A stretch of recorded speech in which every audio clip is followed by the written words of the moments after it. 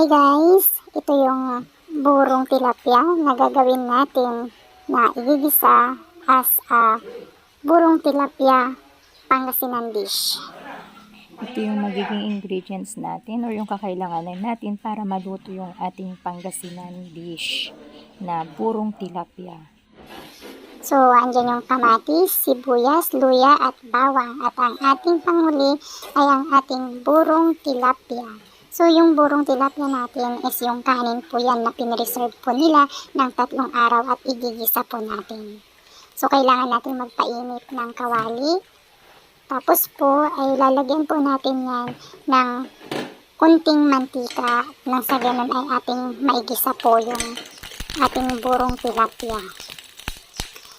Yan, so naglagay ako ng konting mantika, tapos dinagdagan ko po siya para sa ganun po, hindi po siya yung dry na dry. Pag nagluto po kayo nitong tinatawag po natin na burong tilapia is yung kailangan po yung medyo basa-basa. Hindi po natin pwedeng i-dry po kasi maninigas po yan. So, itong burong tilapia, kailangan po natin yan na nai-stay sa malamig na place like sa refrigerator po natin. So, igigisa po muna natin. So, nandyan yung sibuyas natin. Uunahin natin ilalagay. Bawang, luya, tsaka po yung kamatis po natin.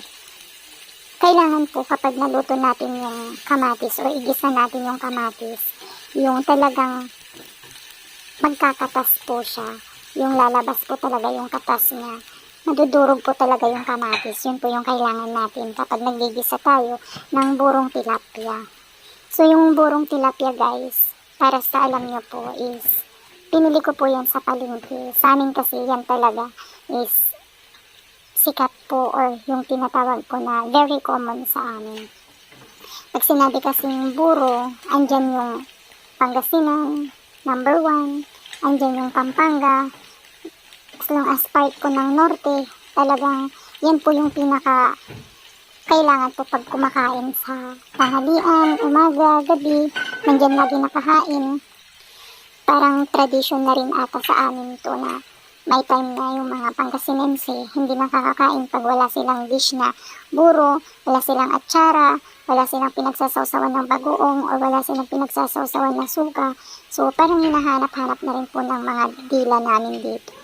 Pero itong buro na to kasi, usually minsan ginagawa nila, hindi lang burong tilapia, hindi lang burong isda, hindi lang burong gurami. May time mas masarap din na binuburo yung hipon. Masarap po yung burong hipon po niyan.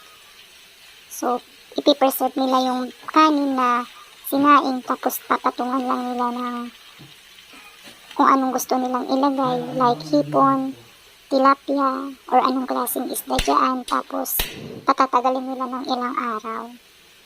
So, igigisa lang po yan. So, dapat mas marami pa rin po yung luya para mas malasa. Pagkatapos po na magisa, ayan, yung kamatis ilalagay mo na siya, tapos hayaan mo siya na yung madurog, yung lalabas yung katas niya, yung mag-o-orange po yung pinakamantika niya. Ayan. So, ayan, medyo lusaw na yung ating kamatis, durog na, nag-orange na yung pinaka-oil po niya. So, bubudburan natin yan ng magic sarap. Yan. Kailangan talaga natin ng magic sarap. Tapos, after po niyan ng magic sarap, saka na rin po natin ilalagay yung ating buro. Yan. Pag nilagay natin yung buro, since may oil na po yan, kailangan yan dudurugin mo rin yung isda. So, ayun yung pinaka-isda po niya, yung tilapia. So, kailangan madurog po yun at magmimix po yun sa pinaka-kanin po niya. Yung buro na yan, yan po yung pinaka-rice wine po namin dito. Yan yung pinanggagalingan ng rice wine. Isa rin po yan na ginagawa rin po dito yung dinuburan. So, ito lang po yung pinaka-version po nitong isdang binubur po dito sa amin na buro is hindi siya katulad ng binuburan, yung rice wine. Yung process po kasi niya, nilalagyan po or hinahaluan nila ng isda or hipon. Pero ito po, kapag nagburo ka ng rice at gagawin mo siyang rice wine, wala silang ibang ihahalo kundi yun lang. Dito ginagawa po namin yan na ice candy. So, yan. Yung ating buro within a minutes, nadurog na, na-mix na siya.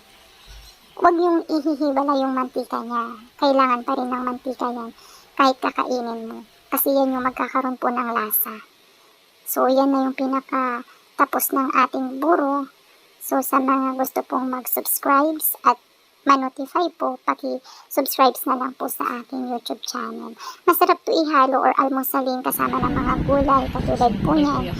Kilawin, sasabay mo siya sa mga itlog, yung mga dried po talaga na pang-almusal. Yan yung buro natin. So, tara, kain tayo guys. Since natapos na po natin ang isa na naman po natin niluto, maraming salamat po. Nawa po ay ma-subscribe niyo po ako. Thank you for watching.